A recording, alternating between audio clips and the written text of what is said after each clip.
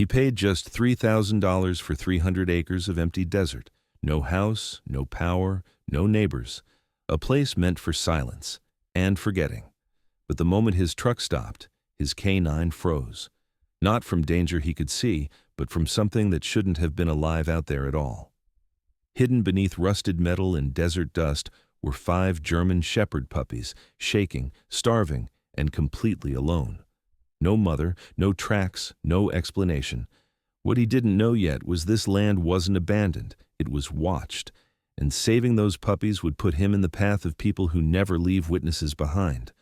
What happens next will make you believe in quiet miracles and second chances for the forgotten. Before we begin, tell me where you are watching from. Drop your country in the comments below.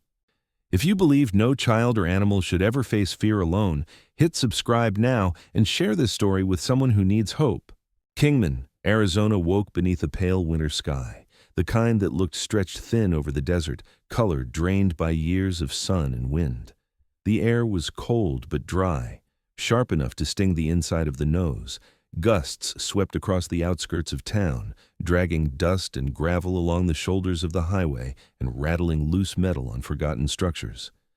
Past the final gas station and the last row of modest houses, the landscape opened abruptly. Low hills, scattered scrub, exposed rock, land that offered no shelter and made no apologies for it. Ethan Cole drove east with the window cracked just enough to let the cold air keep him alert. He was 41, with a build shaped more by discipline than strength, compact, controlled, efficient. His dark hair was cropped short, streaked faintly with gray near the temples. A trimmed layer of stubble outlined a jaw that carried hard angles, the kind formed by clenching through long stretches of silence. His eyes were light blue, restless, rarely settling on one place for long. Years of service had trained him to scan, to measure distance, to note what did not belong. In the back seat, Rex shifted his weight as the truck slowed. The German shepherd was large, powerfully built, with a sable and black coat that caught the light in sharp contrast. His ears stood erect, one bearing a small notch from an old injury, and his amber eyes tracked the terrain through the glass with focused intelligence. Rex was 6 years old, a retired K-9 with scars that told their own quiet story. He wore a black tactical harness even now, more habit than need. To Ethan, the dog was not a companion in the casual sense. Rex was a partner, steady, observant, unflinchingly loyal. They reached the rusted gate shortly after mid-morning. Ethan cut the engine and stepped out, boots crunching against gravel.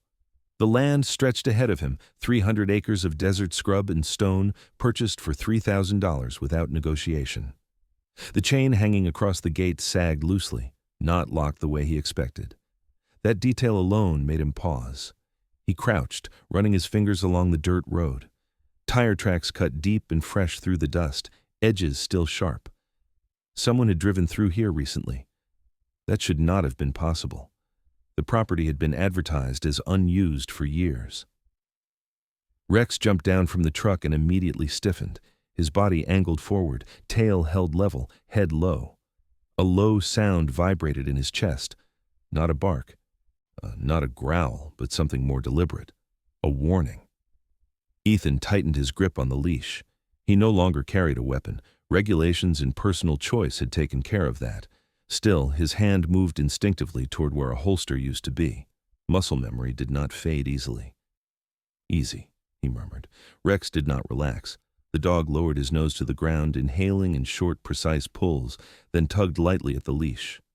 Not panic. Direction. They moved past the gate and down a shallow incline toward a dry wash that cut across the back portion of the land.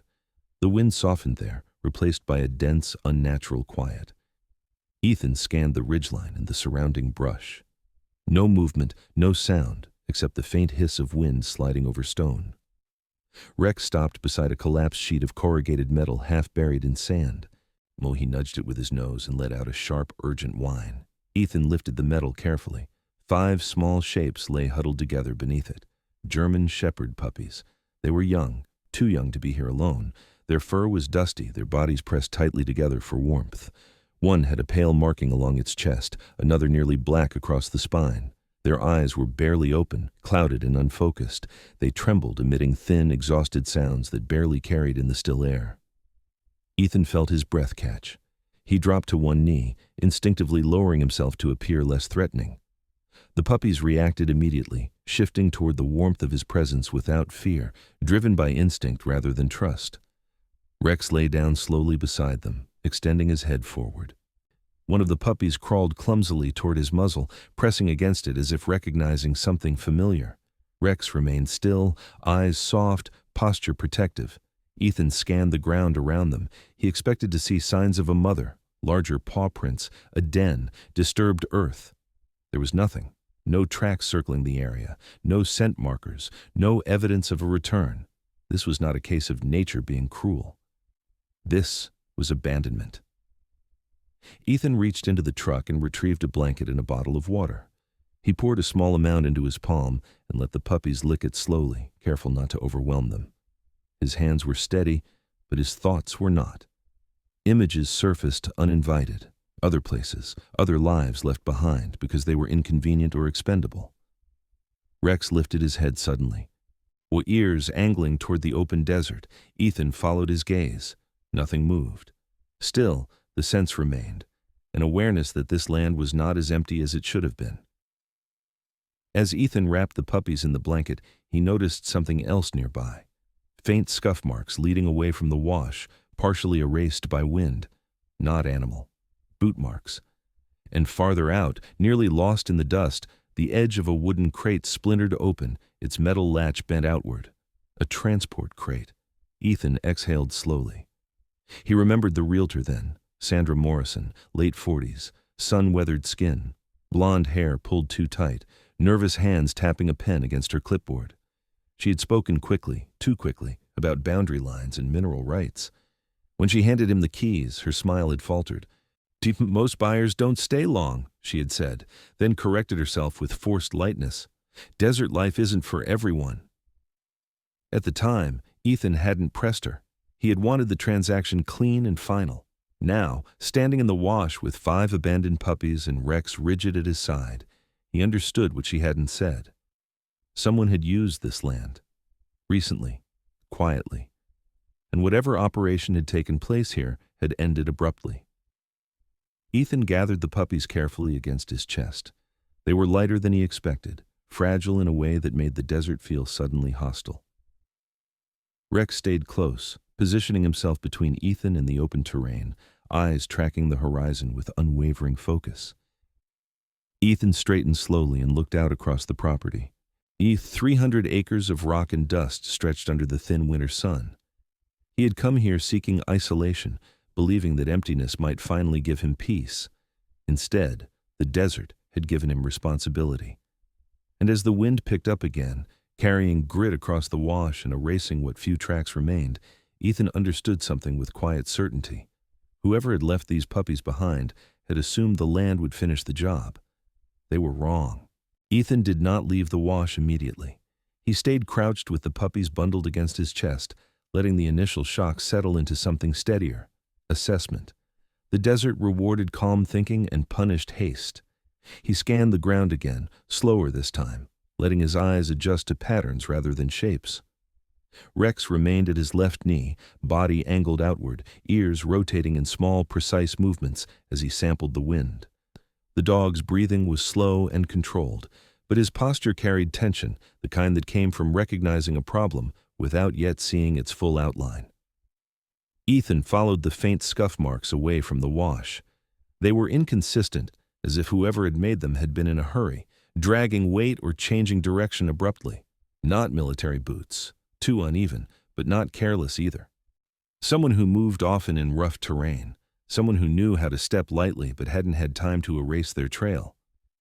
The marks faded where the wind had done its work, but they led him toward a cluster of low rock outcroppings and a stand of scrub that broke the land's otherwise open geometry. He set the puppies down gently inside the truck cab, wrapped securely in the blanket, cracked the window for air, and left Rex inside with them. Rex protested with a low huff, eyes tracking Ethan as he walked away, but obeyed the hand signal that told him to stay. Ethan moved alone toward the rocks, careful with each step, The ground there was harder, packed with gravel and broken stone, and it preserved impressions better than sand. Behind the rocks, he found what he hadn't wanted to see. A shallow pit where something heavy had rested recently, the dirt pressed flat and ringed with boot prints. Nearby, the remnants of a wooden crate lay splintered open, boards snapped outward as if forced from within. The metal latch was bent, not broken by age but by leverage. Ethan crouched, running a thumb over the metal. Fresh scrape marks caught the light. This had not been a simple drop and run. A faint chemical smell lingered, sterile, sharp. Ethan recognized it immediately. Veterinary sedatives. He'd smelled them before on dogs moved through unofficial channels, animals rendered compliant for transport. The implications settled heavily. Someone had been moving German shepherds through this land, likely young enough to be reshaped, trained, sold. The puppies he'd found were either leftovers or had slipped through someone's control when something went wrong. Rex barked once from the truck, short, sharp. Ethan straightened and turned back. A vehicle engine idled somewhere beyond the ridge. He didn't see it yet, but the sound was unmistakable. A modern engine, controlled, not the rattle of an old ranch truck. Ethan moved low, circling back toward his own vehicle, keeping to the uneven ground. Rex's bark had stopped, replaced by silence, which worried him more. When he crested the ridge just enough to see the road, he spotted it, a dark SUV parked at a distance, angled so it could leave quickly. The windows were tinted too heavily for civilian comfort. It hadn't been there when he arrived. The SUV did not move. Ethan felt the familiar narrowing of focus, the way the world simplified when a threat announced itself without words. He stayed still, counting seconds, measuring distance. The SUV remained where it was, engine humming faintly, as if whoever sat inside was content to watch rather than engage. After a minute that felt longer, the vehicle rolled forward a few yards, then stopped again. No doors opened, no one stepped out. It was a probe. Ethan returned to the truck without running. Rex met him at the door, muscles tight beneath his coat, eyes locked on the ridge. The puppies stirred at the change in air pressure, their small bodies shifting together instinctively. Ethan climbed into the driver's seat and closed the door quietly. "We're not staying out here," he said, more to himself than to Rex. He drove back toward the main access road but did not leave the property. Instead, he followed a barely visible track that led toward an old service structure he'd noticed earlier, a low, concrete utility building half swallowed by the land. It had likely once housed equipment for mining surveys decades ago. Now, it stood abandoned, its door hanging crookedly on rusted hinges. Inside, the air was cooler. Ethan set the puppies down on a flattened cardboard box he found near the back wall and arranged the blanket again. He checked each one quickly. Eyes, gums, breathing, dehydrated but alive. Rex lay down near the entrance, blocking it with his body, chin resting on his paws, eyes never still. Ethan's phone vibrated once in his pocket. No signal out here, he thought, until he checked. One bar flickered to life, then vanished. A missed call. Unknown number. He didn't return it. Instead, he stepped back outside and circled the structure, checking sight lines. From here, he could see the ridge where the SUV had been parked. It was gone. The absence felt intentional, not reassuring. Whoever had been watching now knew where he was. As he completed the perimeter, another figure appeared at the edge of his vision, a man walking up the dirt road, hands visible, posture open. He stopped at a respectful distance. "Didn't mean to spook you," the man called out. His voice carried easily, practiced but not aggressive. Ethan didn't answer immediately. The man was in his mid-50s, tall and lean, with a weathered face marked by sun and wind. His hair was gray and kept short, his beard trimmed but uneven, as if he cut it himself without care for symmetry. He wore a faded denim jacket over a thermal shirt. He wore work boots caked with old mud and a battered hat he removed as he approached, a gesture meant to signal peace. His eyes were a washed-out green, alert but not sharp, the gaze of someone who had learned patience from long stretches alone. "Name's Tom Gallagher," the man said, stopping again. "I've got land a few miles west. Thought I saw someone new out here." Ethan studied him. The approach felt too convenient, but the man's body language didn't match the SUV's silent observation. Gallagher stood squarely, weight balanced, no sign of concealed movement. His hands were rough, knuckles thickened by years of physical work. "Ethan," he said at last. He didn't offer a last name. Gallagher nodded, accepting the boundary. "Figured as much. Not many folks buy out here unless they want to be left alone." His eyes flicked briefly toward the utility building. "Everything all right?" Ethan considered his answer carefully. Gallagher didn't smell of chemicals or oil. He smelled of dust and tobacco and something faintly metallic. Old tools, maybe. Still, Ethan kept his response neutral. "Found some abandoned animals." Gallagher's expression tightened just slightly. "Dogs?" "Yes." "German shepherds," Gallagher said quietly, not a question. That gave Ethan pause. Gallagher lifted his hands again, palms out. "I've seen trucks pass through here at night. Not ranchers. Too quiet. Too careful. Figured it wasn't my business until I started finding broken crates and fresh tracks that didn't belong." He exhaled through his nose. "You didn't imagine it. Something's been moving through this land." Ethan felt a small shift inside him. Not trust, but alignment. Gallagher wasn't surprised. He'd been waiting for someone else to notice. "I'm not looking for trouble," Gallagher added, "but I don't like seeing animals used like tools. I lost my boy in a place where people treated living things as inventory." His jaw tightened. "Changes how you see the world." Ethan nodded once. He understood that kind of change. "I won't stay long," Gallagher said. "Just wanted you to know you're not alone out here, even if it feels that way." He stepped back, replaced his hat, and walked away without asking more questions. As evening settled over the desert, Ethan returned inside the structure. Rex rose to meet him, tail low but steady. The puppies slept in a tight cluster now, and their breathing shallow but even. Ethan sat against the wall, listening to the wind move across the land. He'd come here to disappear.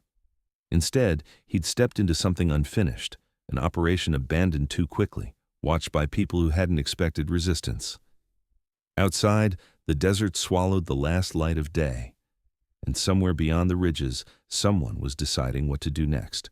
The desert cooled quickly after sunset, heat draining out of the rocks as if pulled by an unseen hand. By the time darkness settled fully over the land, the air around the old utility structure had turned sharp and brittle. The wind shifted direction, carrying the faint smell of dust and iron, and somewhere far off a coyote called once, then fell silent. Ethan sat on the concrete floor with his back against the wall, knees drawn up, listening. Years of training had taught him that silence was never empty. It was only waiting. Rex lay near the doorway, his body stretched along the threshold like a living barricade. In the dim light, his coat appeared almost black, the lighter sable pattern swallowed by shadow. His ears rotated independently, tracking distant sounds with mechanical precision. At 6 years old, he was past the age of reckless energy, but his focus had sharpened with time. The faint scar along his shoulder caught the beam of Ethan's flashlight when the dog shifted, a reminder of work done in places that had not forgiven mistakes. Rex's breathing was slow, controlled, but every muscle remained ready. The puppies slept in a tight cluster inside a plastic storage bin Ethan had found in the corner of the structure. He had lined it with cardboard and the blanket, raising it slightly off the ground to keep the cold from leaching into their bodies. They were quiet now, exhausted enough to surrender to sleep. Ethan checked them every few minutes anyway, pressing 2 fingers lightly against their sides, counting breaths. Each one still felt too light, too fragile, like something that could slip away if he stopped paying attention. And he had no intention of sleeping. The encounter with Tom Gallagher lingered in his mind. The older man's face had carried the kind of restraint Ethan recognized immediately, the look of someone who had learned the hard way that asking questions could make things worse. Gallagher had not offered help, not directly. He had offered information and distance, a careful balance that spoke of survival more than indifference. Ethan trusted that more than easy friendliness. Around midnight, Rex's head lifted sharply. His body stiffened, tail drawing in closer to his hind legs. Ethan followed the dog's gaze toward the narrow window slit on the far wall. At first, he heard nothing. Then, faintly, the crunch of tires over gravel reached him, too slow and deliberate to belong to someone lost. Ethan stood, moving without sound. But he killed the flashlight and shifted closer to the wall, peering through the slit. Down on the access road, headlights cut briefly across the land before snapping off. A vehicle rolled forward on momentum alone, stopping well short of the structure. Not one SUV this time. Two. They were spaced apart, angled to cover different lines of sight. Professional spacing.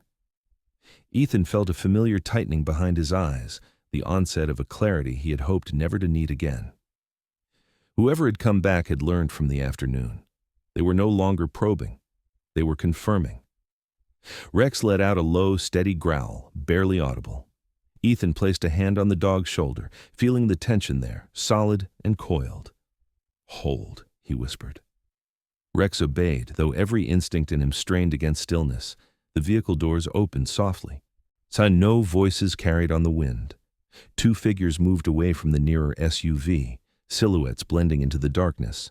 Ethan watched their approach with narrowed eyes, mapping distance and cover. They moved confidently, not rushing, using the terrain instead of fighting it. One of the men stepped into a thin wash of moonlight. He was tall and broad-shouldered, with a thick neck that suggested strength rather than agility.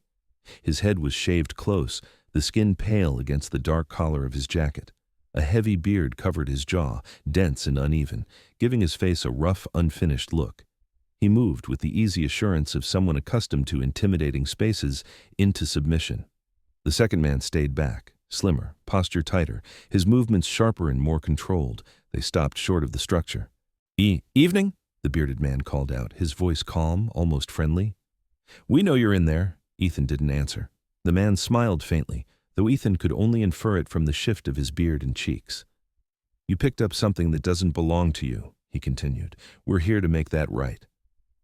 Rex's growl deepened. The slimmer man stepped forward now, closer to the light. He was younger, early 30s at most, with dark hair cut neatly and a clean-shaven face that looked out of place on the desert road. His eyes were sharp, calculating. He held himself like someone who followed orders well, but didn't enjoy improvisation.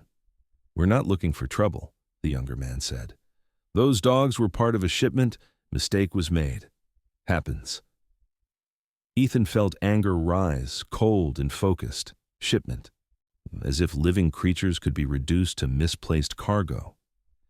"They won't survive out here without us," the bearded man added. "You know that." Ethan stepped into the doorway then, keeping the interior light behind him so his face stayed obscured. He didn't raise his voice. He didn't need to. "They're not going anywhere," he said. The bearded man tilted his head slightly. "You a rescue operation now?" "No," Ethan replied. "I'm the owner of this land." The words felt heavier than he expected. Owner. Responsibility settled into them, solid and unavoidable. The younger man's gaze flicked to Rex, taking in the dog's size, his posture, the unmistakable bearing of a trained animal. Something like uncertainty crossed his face. "That's a K9, he said quietly. "Yes." A pause followed. It wasn't long, but it was telling. The bearded man glanced back toward the SUV, reassessing. Ethan recognized the calculation. Risk versus reward. This was no longer a simple retrieval. "You don't want to do this," the bearded man said. His tone hardened slightly. "People get hurt over less." Ethan met his gaze steadily. "You already hurt someone," he said. "You just didn't finish the job." For a moment, the desert held its breath. Wind brushed over the ground, carrying sand against the sides of the vehicles. Rex shifted his weight forward, claws scraping softly on concrete. The bearded man exhaled through his nose. "We'll be back," he said, as if stating a fact rather than a threat. "With paperwork, with authority, this doesn't end here." Ethan didn't respond. The men retreated in silence, footsteps fading back toward the road. Engines started. Headlights flared briefly, then vanished into the night. Ethan stayed where he was long after they left, listening until the desert returned to its uneasy stillness. Only then did he kneel beside Rex, pressing his forehead briefly against the dog's broad skull. Rex relaxed a fraction, leaning into the contact. Inside, the puppy stirred but did not wake. Ethan sat back against the wall, the reality of the situation settling in with weight and clarity. This was no longer a matter of finding abandoned animals. He had interrupted a supply chain, and supply chains did not simply disappear when disrupted. They adapted. They pushed back. Outside, the stars burned cold and distant, indifferent to human decisions. Ethan looked down at the sleeping puppies and felt something inside him shift. Not fear, not doubt, but resolve.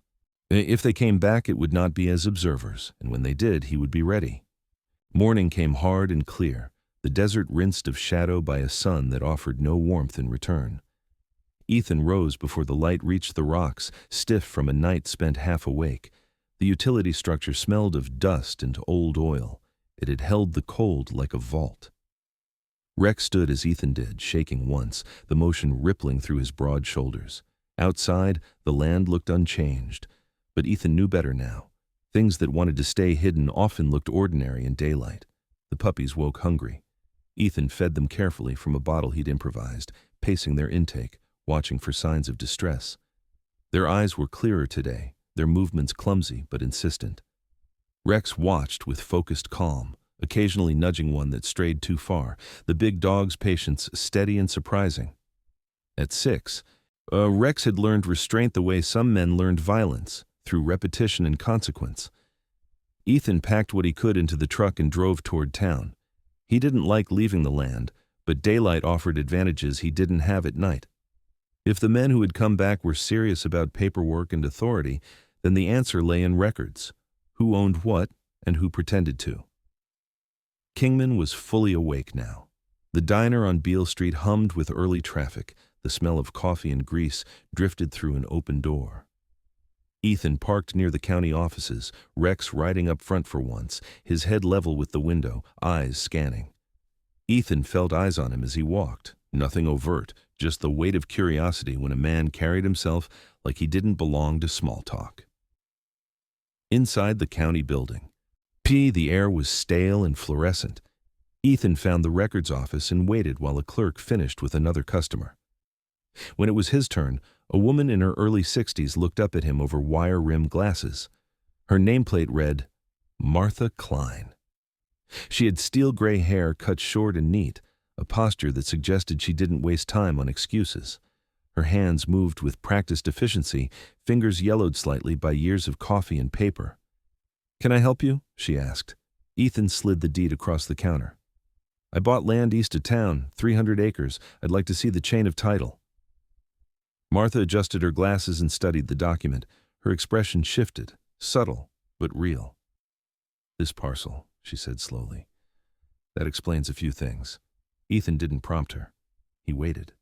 She tapped a key and brought the record up on her screen. "It's changed hands 3 times in 5 years," she said. "All quick sales, cash, minimal disclosures." She leaned back. "Not illegal, just unusual." "Any liens?" Ethan asked. "None that stuck." She paused, then added, "There was a zoning inquiry last year, withdrawn before it went anywhere." "By who?" Martha hesitated. "A private consulting firm out of Flagstaff. Name was Dry Wells Consulting." Ethan filed the name away. "Never heard of it." "Most people haven't," Martha said. She met his eyes now. "You're not asking out of curiosity." "No," she nodded once, decision made. "I can't give you anything sealed," she said, "but I can tell you this land has been flagged more than once, environmental surveys that never concluded. A utility easement request that vanished." She lowered her voice. "People don't walk away from paperwork unless someone tells them to." Ethan thanked her and left. Outside, Rex stiffened as a man stepped into their path. He was tall, angular, with a face cut sharp by a narrow nose and prominent cheekbones. His beard was trimmed close, almost sculpted, and his dark hair was slicked back neatly despite the wind. He wore a pressed jacket and boots that had never seen the desert. His eyes were dark, assessing, and his smile arrived late, practiced. "Ethan Cole," the man said. "We haven't been introduced." Rex moved half a step forward, chest broad, silent. The man lifted his hand slightly. "No offense, name's Caleb Morse. I represent Dry Wells Consulting." That made Ethan still. You followed me?" Caleb's smile widened just enough to show teeth. "I prefer anticipated. You ask questions, we answer them." "You were on my land last night," Ethan said. Caleb didn't deny it. "I was nearby. My associates were eager." Ethan noticed the way Caleb spoke, measured, polite, as if he were accustomed to smoothing rough edges left by others. He also noticed the faint tension at Caleb's jaw, the telltale sign of someone who disliked uncertainty. "You don't have authority," Ethan said. "Not the kind that wears uniforms," Caleb replied, "but authority comes in many forms." He glanced at Rex. "That's a fine animal, expensive." "They're not for sale." Caleb's eyes flicked back to Ethan. "Neither was that land," he said softly. "Not really." Ethan felt the shape of the threat then, not immediate, not loud. It was the slow pressure of paperwork, inspections, fines, the quiet ways people lost ground without realizing they were under attack. Caleb leaned closer, lowering his voice. "You're sitting on a corridor," he said. "Historically useful, currently sensitive. The dogs you found were a complication. Return them, and we can make this easy." "No." Caleb straightened, the smile fading. "Then it becomes difficult." Ethan didn't respond. He walked past Caleb to his truck. Rex kept his eyes on the man until the door closed. They drove back to the land under a sun that offered no shadows. Ethan stopped once, checking a map against the terrain. There were dry wells marked here, old test shafts sunk decades ago and sealed. Corridors, Caleb had said. The word echoed. Corridors moved things, people, animals. Back at the utility structure, Ethan made a decision. He gathered supplies, reinforced the door, and moved the puppies deeper into the building, away from any line of sight. He took Rex on a slow perimeter walk, mapping approaches, noting where vehicles could and could not go. He found a second set of tracks near a sealed wellhead, older, partially eroded, but unmistakable. As the afternoon wore on, Tom Gallagher's truck appeared on the road, dust curling behind it. Tom stepped out, hat low, eyes sharp. "Saw a suit in town asking after you," he said. "Didn't like the look of him." "Dry Wells Consulting," Ethan said. Tom's mouth tightened. "Figures." "You know them?" "By reputation," Tom replied. "They clean up messes, not the kind that leave stains." He looked toward the utility structure. "You planning to stay?" Ethan nodded. "I am." Tom studied him for a long moment, then nodded back. "I'll keep an eye on the road," he said. "Don't want you surprised." As evening settled again, Ethan sat with Rex and the puppies, the land quiet but alert. He understood the shape of what was coming now. Not a raid, not a quick grab, a war of attrition fought with forms and threats, and men like Caleb Morse who smiled while they took ground inch by inch. Ethan ran a hand over Rex's neck, feeling the steady strength there, and looked at the puppies, 5 lives that had tipped a careful balance. He had stepped into a corridor, whether he wanted to or not, and corridors, once opened, demanded to be closed. The first inspection truck arrived just after noon, its white paint too clean for the road it traveled. Ethan watched it from the shade of the utility structure, binoculars steady against his brow. The truck stopped at the edge of the property, not crossing the line marked by a bent post and a strip of faded ribbon that had once served as a survey marker. The driver waited, engine running, as if expecting permission that would not come. Rex stood beside Ethan, weight forward, eyes locked on the vehicle. In daylight, the dog's coat showed its full pattern again. Dark saddle, lighter flanks, the subtle sheen of muscle beneath fur. At 6, Rex carried himself with the calm authority of experience. He did not bark. He did not posture. He simply watched, recording. When the driver finally stepped out, Ethan studied him. The man was in his early 40s, average height, a little soft around the middle. His hair was thinning and cut short, his beard uneven and graying, the kind that suggested neglect rather than style. He wore a reflective vest over a button-down shirt and carried a clipboard like a shield.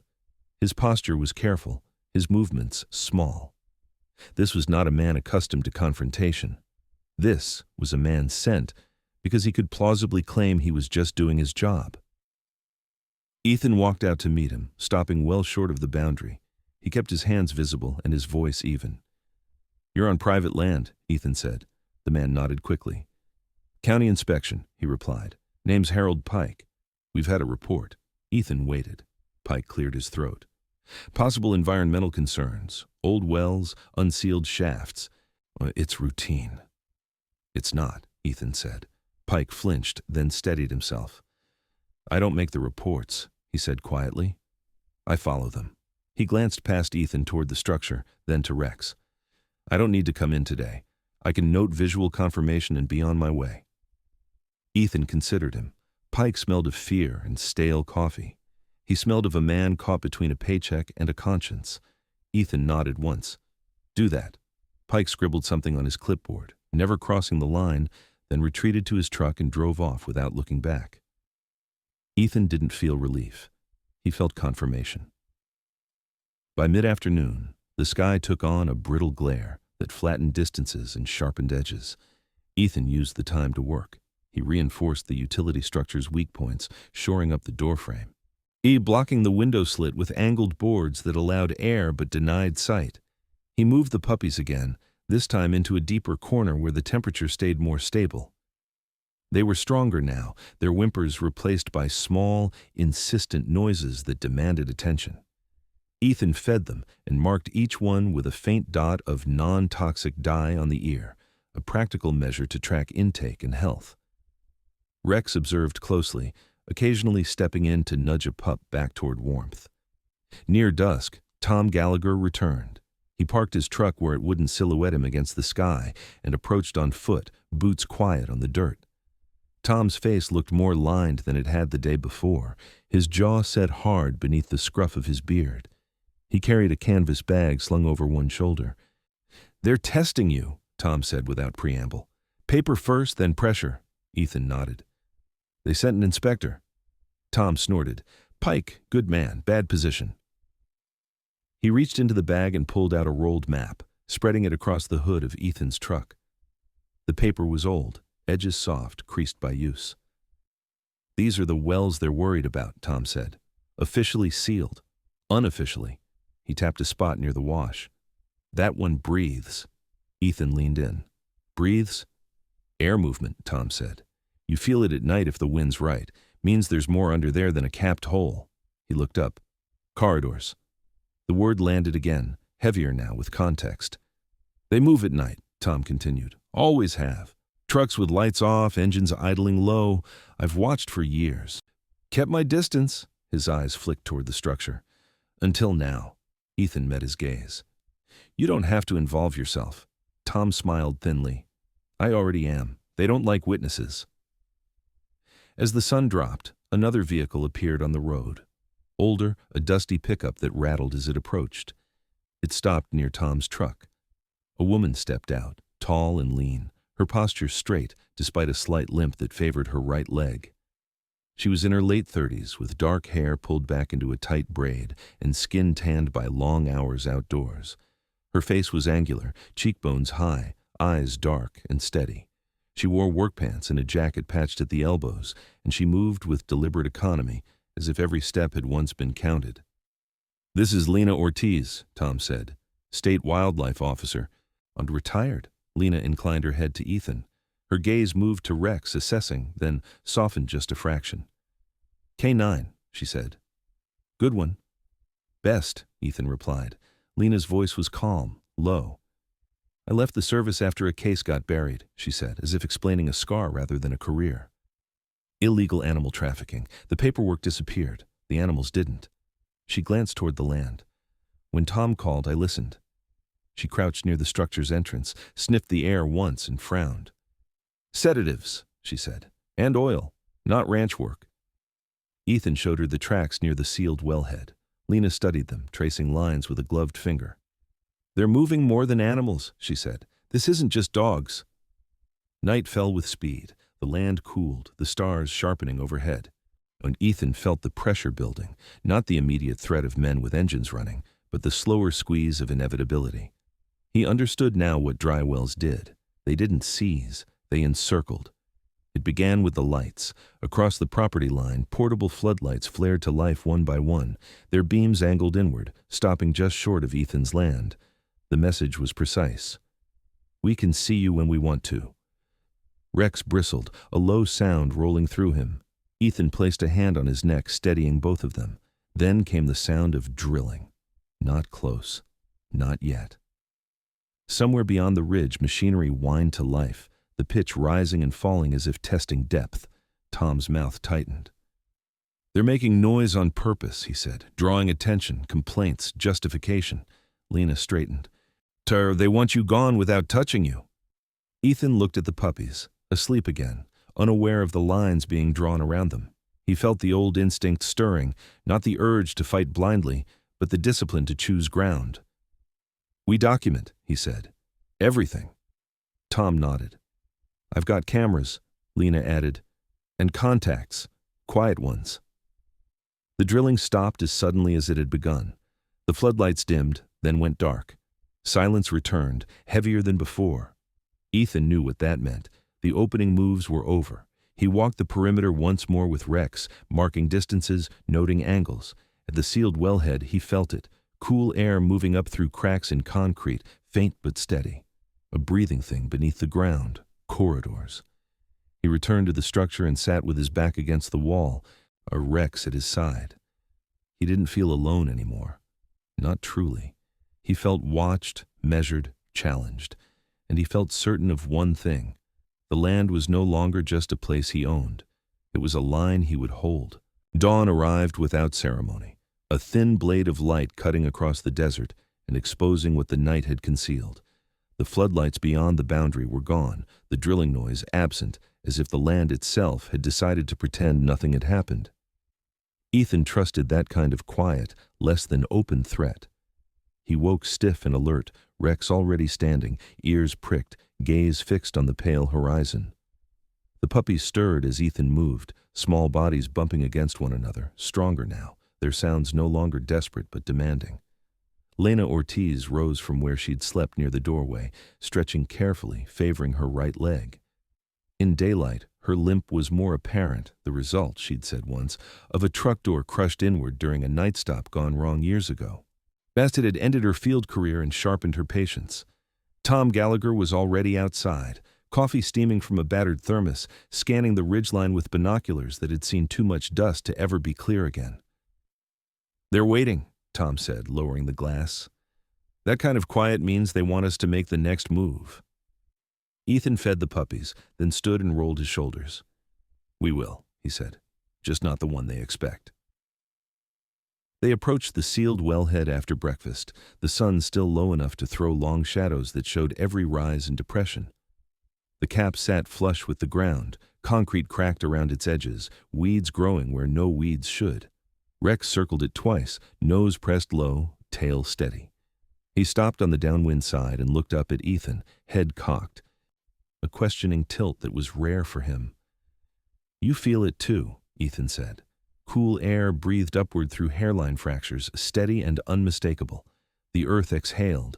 Lena knelt and ran her gloved hand across the concrete, then withdrew it, thoughtful. "If there's airflow," she said, "there's space. And if there's space, there's use." They worked methodically, clearing brush and debris without tools loud enough to carry. Tom produced a pry bar from his truck, the metal scarred and old. Ethan braced while Tom leveraged gently, carefully, the way you did when you didn't want to announce yourself. The cap shifted with a muted crack, revealing darkness beneath and a smell that carried oil and dust and something older, metallic. Rex leaned forward, sniffed once, and huffed, a short, decisive sound. Ethan tied off a rope and dropped a light. The beam fell farther than he expected, illuminating concrete walls scored by old marks and newer scrapes. A ladder descended, rungs worn but intact. The space felt engineered, not accidental. "This wasn't just sealed," Tom said quietly. "It was mothballed." They took turns descending, Ethan first, Rex after him with controlled precision, claws clicking softly on metal. The shaft opened into a corridor wide enough for a small vehicle, floor compacted, walls reinforced. Tire tracks cut through dust, recent and frequent, running in both directions. Lena knelt to examine them. "Light trucks," she said, "consistent load, not livestock alone." They followed the corridor a short distance until it branched, one tunnel angling toward the wash, another sloping deeper beneath the land. Ethan marked the junction and turned back. Exploration could wait. Evidence couldn't. They emerged to daylight just as a truck appeared on the road, a different one this time, older than the inspection vehicle, but carrying official markings. It stopped at the boundary. A man stepped out, tall and spare, wearing a pressed shirt without a tie, sleeves rolled with precision. His hair was silver at the temples, his beard trimmed to a clean line that sharpened the angles of his jaw. He moved with the economy of someone who'd learned to conserve effort. His eyes were gray and steady, and when he smiled, it didn't reach them.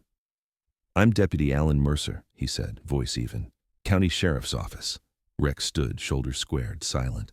Mercer kept his hands visible.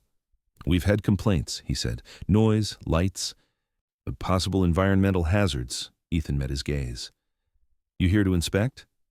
"I'm here to talk," Mercer replied. "Before this turns into something expensive." Lena stepped forward, posture calm. "You're late," she said. Mercer's eyes flicked to her, recognition flashing briefly. "Ms. Ortiz," he said, "didn't expect to see you." "Neither did I," Lena replied. "But here we are." Mercer exhaled slowly. "This land is complicated," he said. "There are interests, illegal interests," Lena cut in, "moving animals through sealed corridors." Mercer's jaw tightened. "Allegations." Ethan reached into his pocket and set his phone on the hood of his truck, screen facing up.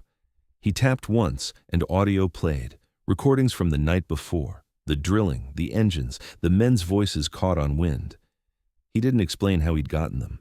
He didn't need to. Mercer listened, face still, then nodded once. "I'll need copies," he said.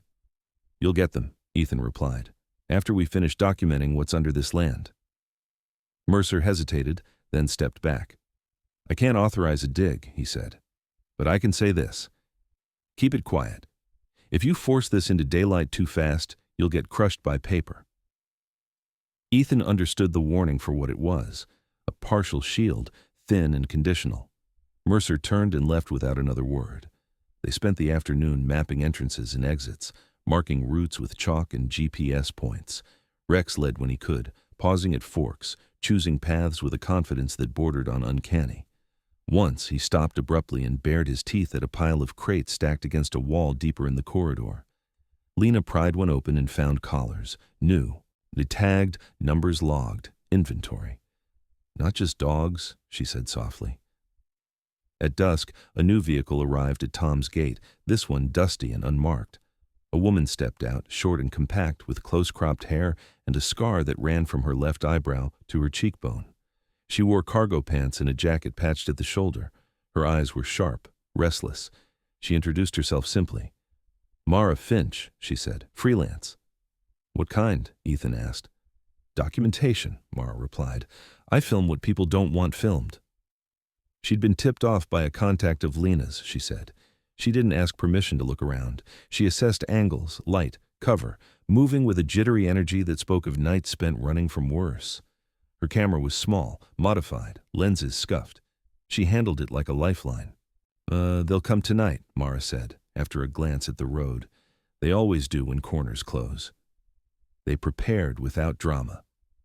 Tom positioned cameras. Lena set up observation points. Mara checked batteries and signal boosters, testing routes for transmission. Ethan walked Rex along the corridor one last time, steadying his own breathing by matching the dog's pace. Night fell. Engines came, distant and then closer, more than before. Floodlights flared again at the boundary, brighter, angrier. The drilling resumed, louder. And then, from the wellhead, voices echoed upward, men descending without caution now, confidence replacing patience. Ethan waited until the first shadow crossed the threshold. "Now," he said. Lights snapped on inside the corridor, cameras rolling. Mara's lens catching faces and plates and logos they hadn't bothered to hide. Lena's voice cut through the noise, clear and recorded. "You are trespassing on private property," she said. "This area is under documentation." The men froze, startled. One bolted. Rex lunged, not to bite, but to block, a wall of muscle and teeth that turned panic into retreat. Others backed away, swearing, radios crackling. Above ground, sirens wailed, distant at first, then closer. Mercer had made his call. The men fled into the tunnels, abandoning crates and equipment. The drilling stopped. Floodlights died. Ethan stood in the sudden quiet, heart steady, Rex at his side, tail high. This wasn't victory. It was exposure. And exposure changed the rules. The desert did not celebrate exposure. It absorbed it. By morning, the corridor was quiet again. The abandoned crates cataloged and covered, the chalk marks half smudged by a wind that refused to take sides.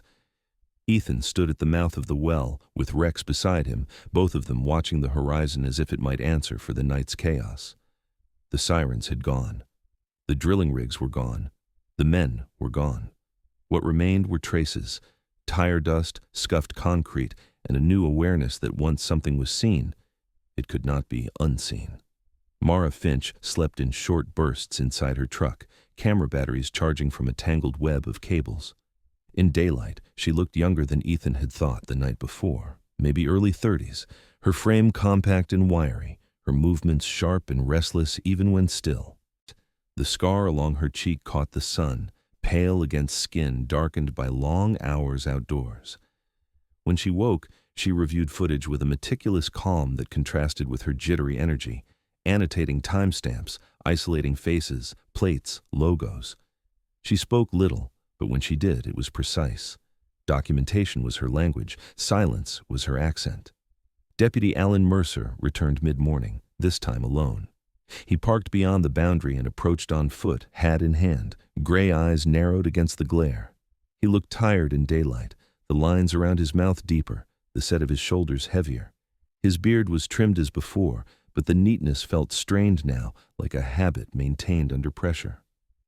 "I filed a preliminary report," Mercer said without greeting. "It won't go far, not yet." He met Ethan's gaze squarely.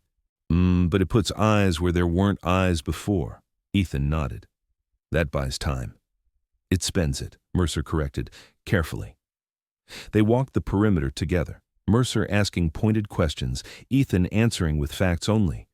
When Mercer saw the collars and inventory logs, his jaw tightened. He said nothing, but the silence carried weight. At the wellhead, he paused longer than necessary, listening to the faint breath of air from below. "Seal it," Mercer said finally. "For now. Temporary. You open it again without coverage, they'll say you staged it." Lena Ortiz supervised the seal with a professional patience born of disappointment. She moved with a slight limp that became more pronounced as the hours wore on, but she did not complain.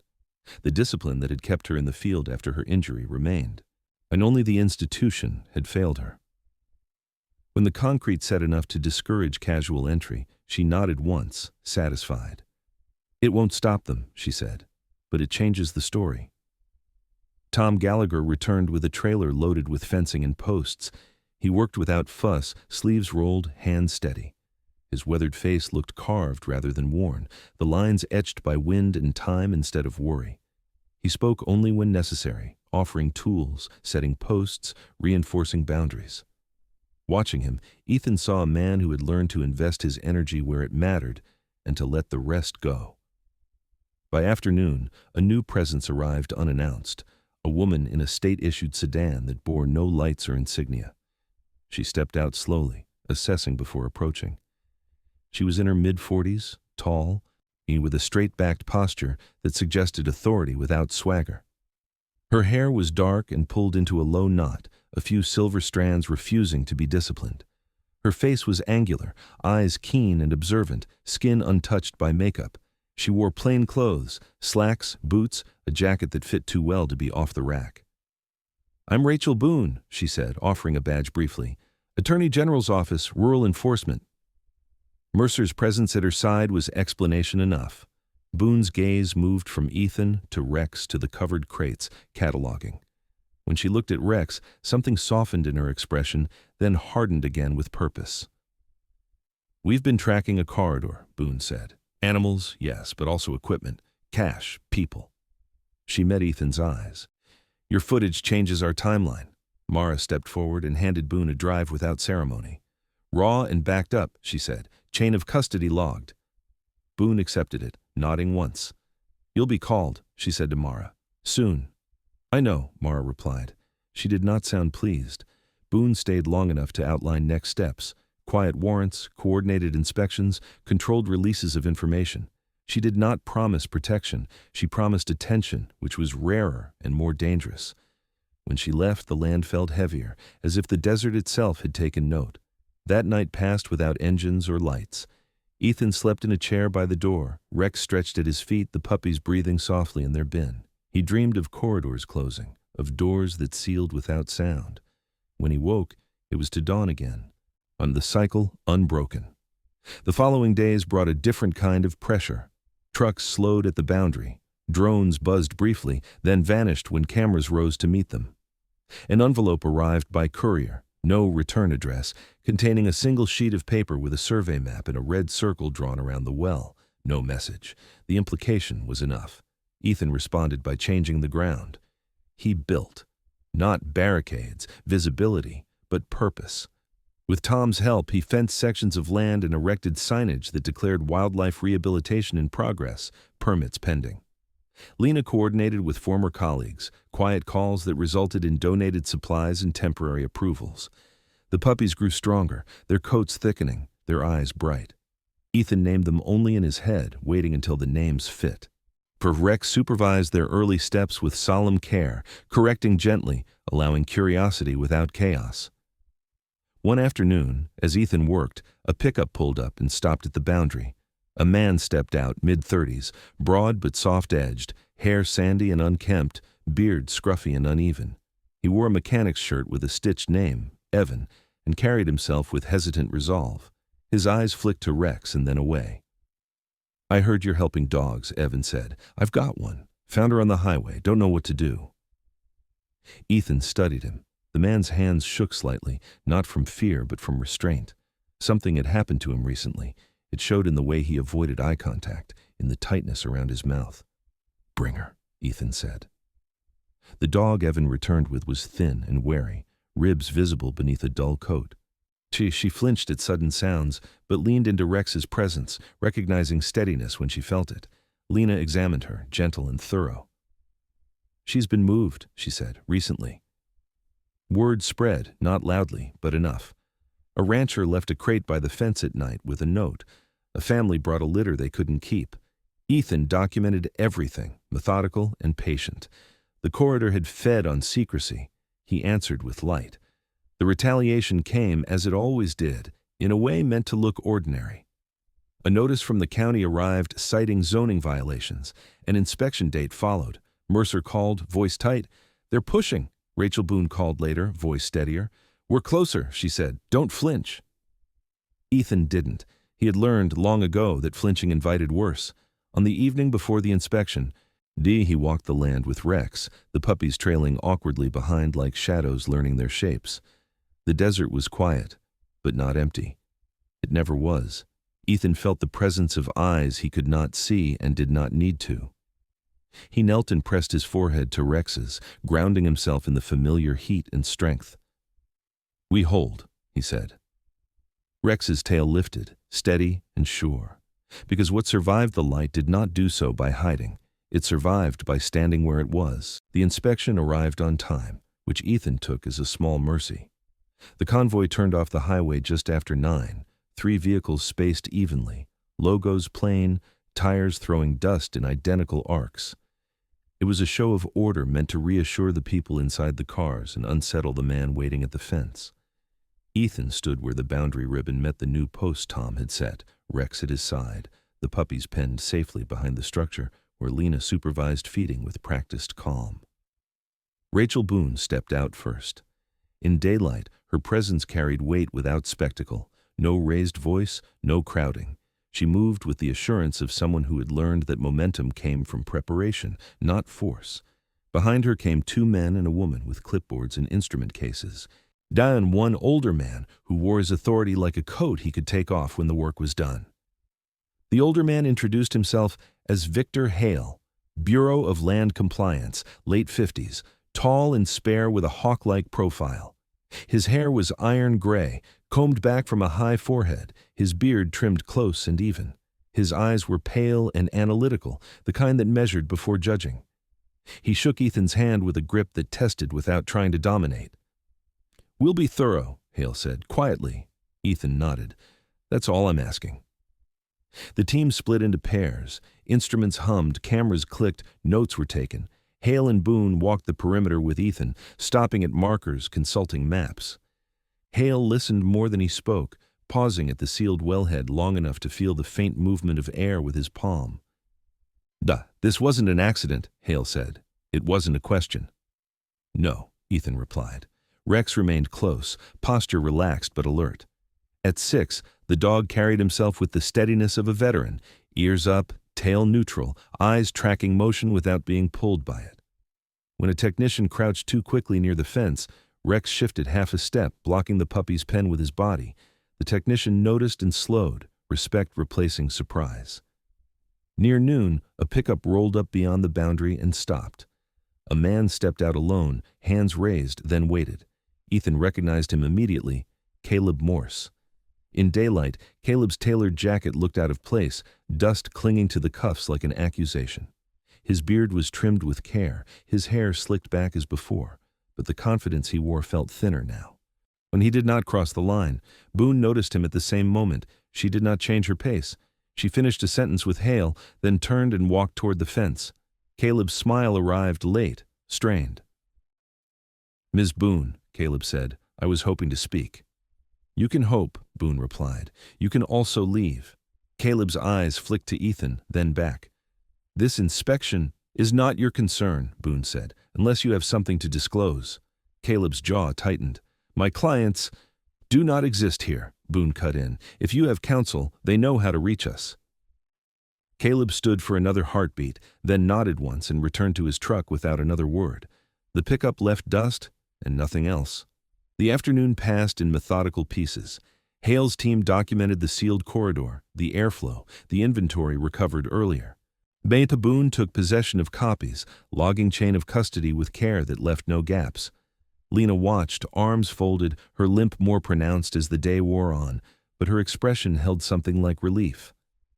Tom worked quietly at the fence, replacing a post knocked loose by the convoy, his motions steady and unremarkable in the way competence often was. By late afternoon, Hale gathered the team. "We'll recommend a temporary designation," he said. "Environmental and wildlife rehabilitation. That gives us leverage and buys time." "How much?" Ethan asked. Hale considered. "Enough." Boone met Ethan's eyes. "We'll move on warrants where they fit," she said. "Not all at once, and we don't want them scattering." Ethan understood. He had learned long ago that pressure applied evenly cracked more than a single blow ever could. When the convoy left, the land felt lighter, as if it had exhaled. Ethan walked the fence with Rex, checking ties, listening. The puppies tumbled over one another in the pen, clumsy and intent, discovering their legs and their voices. One stumbled and yelped, then recovered, tail wagging with disproportionate enthusiasm. Rex watched with solemn approval. As evening settled, Tom brought out folding chairs and a cooler. Lena accepted a bottle of water and sat, stretching her leg with careful attention. Mara Finch reviewed her footage one last time, then packed her gear with the satisfaction of someone who knew when to step back.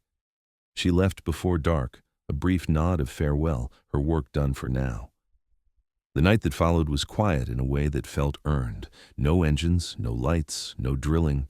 The stars sharpened overhead. The Milky Way, a pale spill across the sky. Ethan sat with Rex and the puppies, the land around them holding its breath without strain. He thought of the corridor beneath his feet, sealed for now.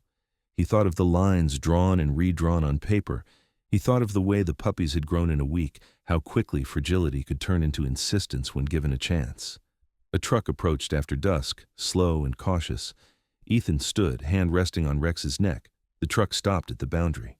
A woman stepped out, older than Ethan, hair pulled into a loose bun, her face soft with fatigue. She carried a crate. "I heard," she said simply, "about the dogs." Ethan opened the gate and took the crate. Inside was a small shepherd mix, eyes wary but hopeful. The woman's voice trembled. "He was found by the road." I can't keep him," Ethan nodded. "We can." Word did not spread loudly. It spread correctly. Over the next days, people came in ones and twos, not crowds, each arrival deliberate. Ethan kept records, Lena coordinated care, Tom maintained the fence, Rex taught the puppies boundaries and patience, the land learned new habits. Rachel Boone called on the third morning. "They're folding," she said, "not all at once, but enough." Ethan didn't ask for details. He had learned to trust process when it showed its work. On the 7th day since the inspection, Hale returned alone with a folder. He handed Ethan a copy. "Temporary designation," he said. "Renewable." Ethan read the header, then closed the folder. "Thank you," Hale nodded. "You did the hard part." After he left, Ethan walked the land again with Rex. They stopped at the fence line, where the desert met the posts, and turned away. Ethan crouched and pressed his forehead to Rex's, breathing in the familiar scent of fur and dust and something steadier beneath it. "We hold," he said again, but this time it sounded less like a vow and more like a fact. The puppies gathered at his boots, tails wagging, eyes bright. The ground underfoot felt firm, the kind that remembered weight and kept it. For the first time since he'd signed the deed, Ethan felt the land answer him back, not with threat but with quiet agreement. Sometimes miracles don't arrive with thunder or light from the sky. Sometimes they come quietly, hidden in places the world has already given up on. A forgotten piece of land, a broken man searching for silence, 5 small lives the desert was meant to erase. And yet, God had other plans. Because faith is not always about believing something impossible will happen. Sometimes, faith is simply choosing to stay when walking away would be easier, choosing to protect when no one is watching, choosing compassion in a world that rewards indifference. In our everyday lives, we pass by moments like this more often than we realize. A person who needs help but doesn't ask, a child who feels unseen, an animal abandoned because someone decided it wasn't worth the trouble. Those are not accidents, they are invitations. If this story touched your heart, maybe it's because God is reminding you of something simple but powerful, that even one small act of kindness can become a miracle in someone else's life. So before you go, take a moment, tell us where you're watching from and leave a comment, not just for us, but so others know they're not alone. Share this story with someone who may need hope today. And if you believe that no soul should ever face fear alone, consider subscribing to this channel so we can keep telling stories that matter. May God bless you and your family. May He protect your journey, strengthen your heart, and guide your steps, even when the road feels silent and uncertain. And may you never forget that sometimes you are the miracle someone has been praying for.